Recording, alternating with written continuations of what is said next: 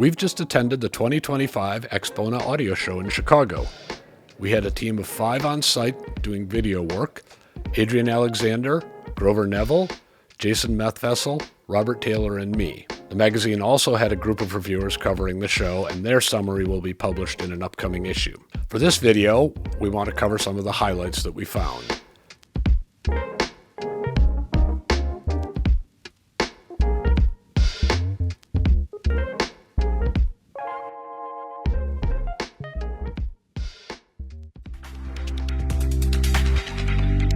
I'm Dimitri Purcell, CEO of Advanced Paris, here in Montmartre, which is such a specific and close to my heart in situ location so that we can talk about the brand itself.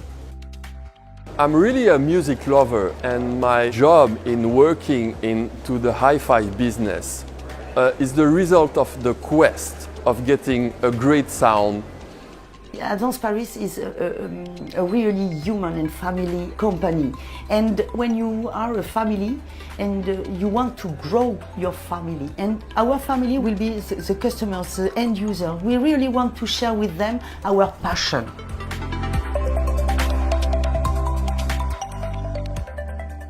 To be clear, we can't visit every demonstration. There are 10 floors of demonstrations, plus a convention center totaling over 200 rooms with thousands of products. In addition, a show isn't a great place for some kinds of auditioning because the noise level is usually high, seating positions are sometimes compromised, and the rooms themselves are often either too small or too large. No Goldilocks for you. But we can look for interesting equipment and ideas. That's what the team was tasked with scouting out, and I think we found some special items. It was an impressive show. To prepare this, we asked the team for their highlights. I've organized these into several categories to make it clearer what inspired the team. We had some of the comments shot on site, but some of us also had to return to the office before the show closed, so we received some additional comments via email. I'll cover those too, because sometimes the best items are final day of the show surprises. Okay, let's get down to the show itself. Our first category is value for money. RUARC showed 2 systems that impressed with a great combination of sound quality and ease of use. I was especially taken by the R410 integrated music system. Priced at $2,000, this system has everything you need to enjoy music in a small to medium-sized room. It has high-res streaming for Tidal and Qobuz, along with an HDMI eARC connection for a TV. But the soundstage is vastly larger than the box itself, and the voicing is warm with decent detail. There's a new set of Sabre R speakers that can go with the R610 music console to take this up a notch with a 3-box configuration, allowing a more traditional stereo spread. Jason was very taken with this rig. A final note, the RUARC remote is nicely done with a real volume control knob and puts many high-end remotes to shame. Theoretica Applied Physics showed their new desktop system. Theoretica, you may recall, have done impressive work in crosstalk cancellation software, as discussed in our reviews of the Bach processing system. There's a link in the description. They also have an innovative room correction system called Optimal Room Correction. But at AXPONA, they showed software for desktop audio systems.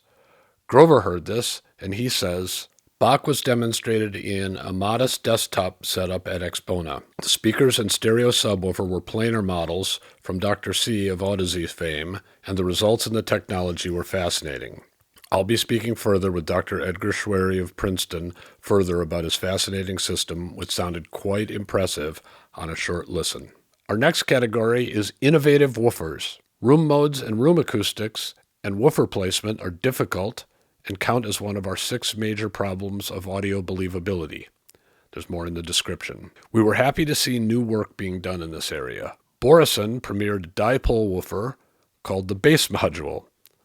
These use an array of smallish woofers to generate low frequencies that radiate in a dipole pattern. Amplifiers and tuning circuitry are on board so that you can integrate the bass modules with any brand of system. Dipole woofers have advantages in exciting fewer room resonance modes, but the trade-off is basically lower efficiency and output capability at very low frequencies. For music, 15 Hz may not be critical, so this wave of dipole woofer seems basically aimed at taking back some of the world of modular woofing from the home theater market. In this case, the sound of the bass module on music was impressive, paired with the new M3 speakers and AVIC sources and amplification. Not in the blew me away sense, but because the audible presence of the bass module was not obvious. After a few seconds, you noticed that yes, low frequencies went deeper, and yes, the texture and detail of the bass was improved well into the upper bass. It was simply seamless. Along these lines, VPE Electrodynamics also showed dipole woofers. We've recently reviewed the Model 1, aimed at smaller Magnepan panel speakers. There's a link in the description. VPE has other dipole woofers for other system configurations. Perlisten debuted a push-pull woofer that's designed for positioning next to a wall or in-wall. Each woofer is powered from a separate box containing amplifier, crossover, and tuning circuitry. Price is $20,000. The Perlisten engineering team is super hardcore about science, and these woofers are designed to reduce distortion by a factor of 10 from Perlisten's already low distortion designs. And they do this at high levels with a goal of preserving dynamic quality. Perlisten has also paid great attention to woofer timing, what some people call speed. In the event, we heard excellent blending with the Perlisten S7T main speakers, one of my references, with meaty, detailed bass. It's tempting for modular woofer makers to set bass levels too high for demonstration, but in this case the sound was much more musical than Hollywood. Our next category we're calling Sweetspot. Many listeners are interested in speakers in the 5K to 15K price range per pair, and we heard a few that were new to us, so we thought we'd bring them to you. Adrian enjoyed speakers from Pearl Acoustics. Let me discuss the second room that I went into. It's called Pearl Acoustics. Now, they have a YouTube channel, and I've seen some of their videos, which I thought were kind of interesting. So I walked into the room, and I heard something. And you know when you have that aha moment, or it's like, am I hearing what I think I'm hearing? Because it's a smaller speaker, tower speaker, not very high, and they were playing a drum solo. It had concentrated on the snare drum, and I could not believe how realistic that sounded.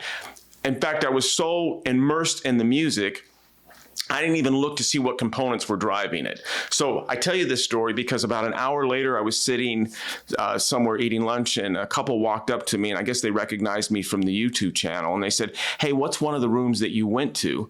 And I told them that I went to the Pearl Acoustics room, and I saw them about 2 hours later, coincidentally, and they said, "You know, you were right. That was probably one of the best sounding systems that I've heard today at the show." Robert and Jason were impressed with the DeVore Gibbon Super 9 speakers. The DeVore Fidelity room. John DeVore was using the Gibbon Super 9s, the Lieben C600 tube amp, the Lieben Phono Stage, Grimm MU2 server, a well-tempered Versalux turntable with a Corari moving coil cartridge. This room was very smooth sounding, warm sounding, rich sounding. He had nice atmosphere and ambience in there. You can sit there and listen to music on this turntable for just hours. For someone who's rarely wowed, pun intended, when listening to polyvinyl chloride records, I'm sure to jot it down when it happens. As previously mentioned, the DeVore audio room and its well-tempered labs analog source components was one such case. Our next category is something you might call integrated systems. A category of innovation that we think deserves more attention is the move to integrated systems. Integrated systems can take many forms, but basically involve electronics and speakers conceived to work together. This effort is often seen as a move to clean up the mess of boxes and cables of traditional component audio, and that's a nice thing, perhaps. But technically, it can be more than that, much more. Some would say that there are technical advances possible with integrated systems that cannot be done with component audio. We, naturally, are curious about this. ATC showed their new SCM20 ASL integrated speakers. Here's Jason with his thoughts on those. ATC's premiere of the SCM20 ASL was my first stop on Friday morning when they offered a press demo before the show opened. While I tend to be uber forgiving during the onset of the weekend, understanding it takes time to get a system really dialed in, I think even with a critical ear, this system would have impressed. Tight, attention-grabbing bass, setting the foundation for a massive soundstage. ATC had their room set up for relatively near-field listening, and the height and width of the image was quite remarkable. Grover heard the Grimm Audio LS1C speakers. Hi everyone, Grover Neville here. Hopefully you'll excuse my kind of crusty voice. We've been shouting along to all the awesome metal music they've been playing at the show. And the Grimm Audio Room has always kind of fascinated me. I know several of my friends who are mastering engineers in Europe really enjoy these speakers, and they've also been marketing them towards the consumer market. Now, a speaker, in my experience in pro audio, that can do the sort of things that a mastering engineer or a mix engineer needs and also function as a good hi-fi speaker is a little bit of a rarity oftentimes. The things that make a good tool sometimes leave us feeling a little bit like the refrigerator was left open when we listen to it for pleasure. In this case, Grimm has a lot of really sophisticated electronic processing and DSP going on in this speaker, but the sound result is really quite natural. I talked with Elko extensively about the technology in these speakers, and I was most impressed by the fact that they were towed in quite heavily, but retained a very even frequency response and sense of audio image from any location in the room. And they also didn't sound like I was having my clothes dry cleaned. They had an organicness and a naturalness to the sound while still being quite accurate. So that was kind of a highlight to hear something that could split that difference quite well. Dynaudio showed the new Confidence 20A speakers. Jason liked this one, and he sent me to hear it, and I can confirm that there is something special happening in Denmark. Here's Jason with more. Another set of active stand mounts that premiered this weekend made my list. Dynaudio's Confidence 20A.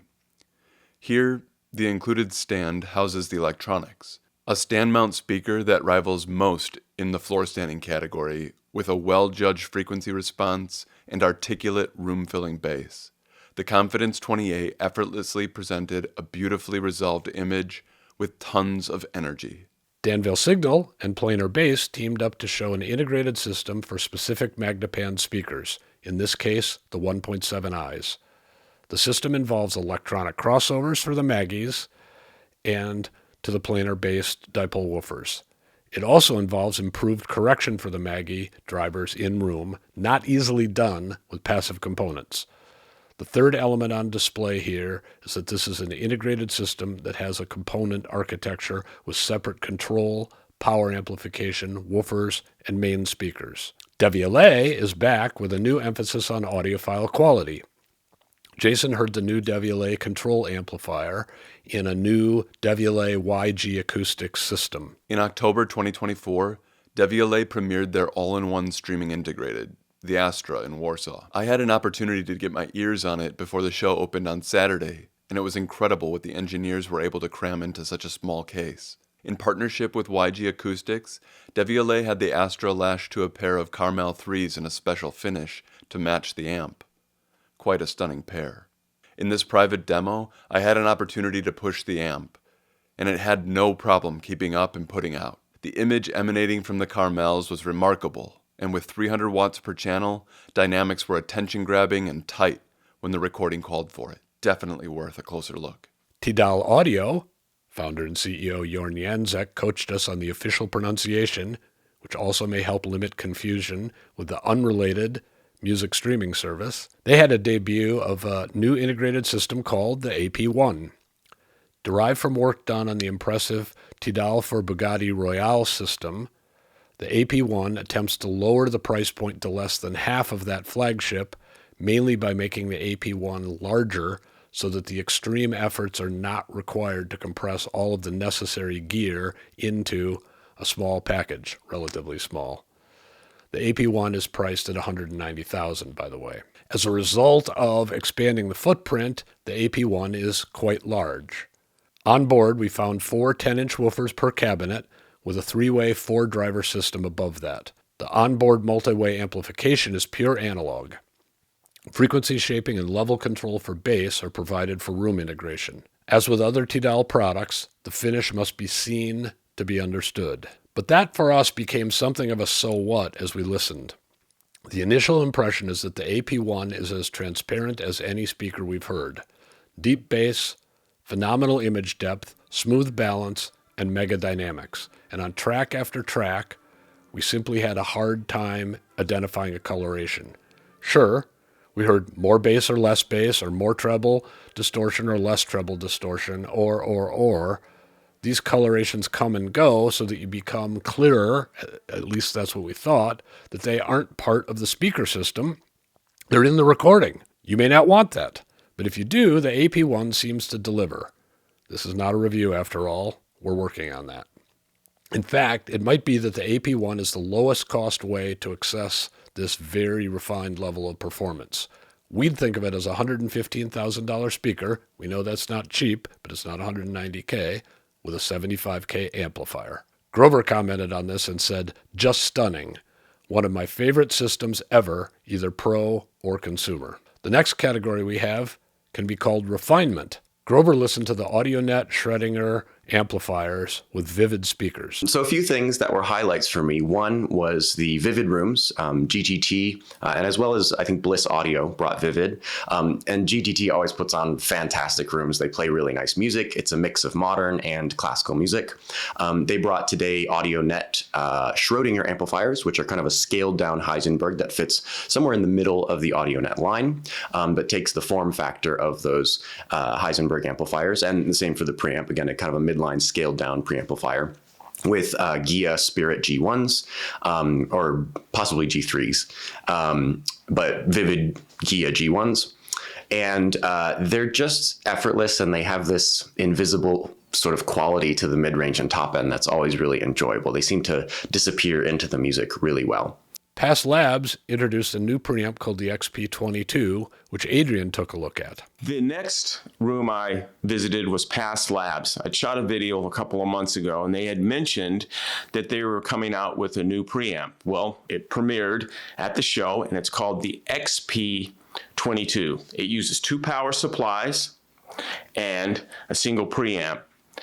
And that goes for $55,000 in silver, and if you want the black version, it's $56,000. PS Audio showed a major step up in their DSD-based digital-to-analog converter line aimed at minimizing PCM-based transcoding errors for PCM. MSRP is $8,000.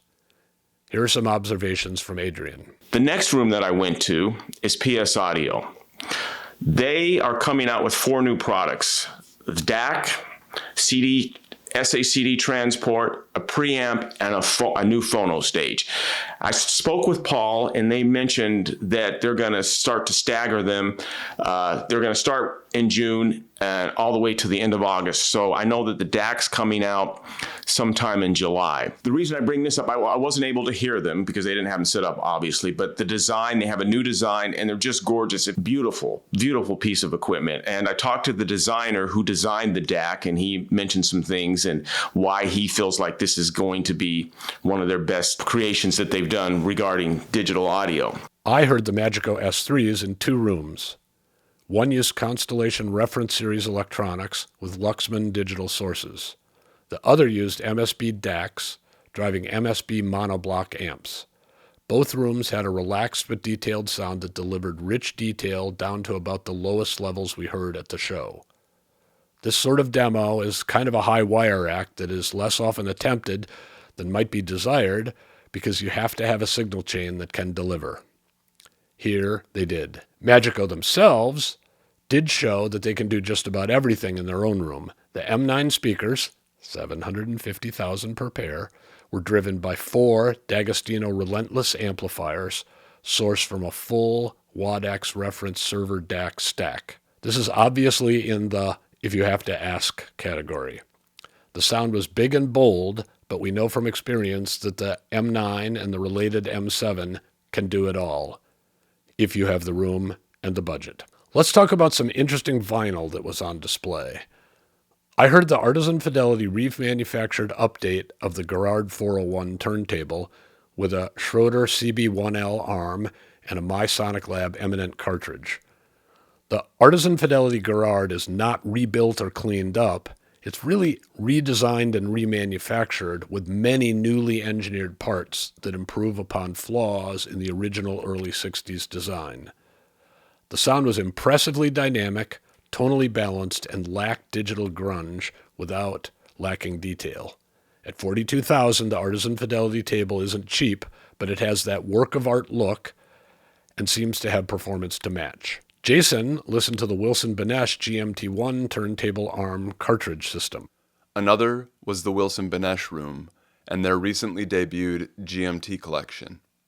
Seen here is the GMT1 system.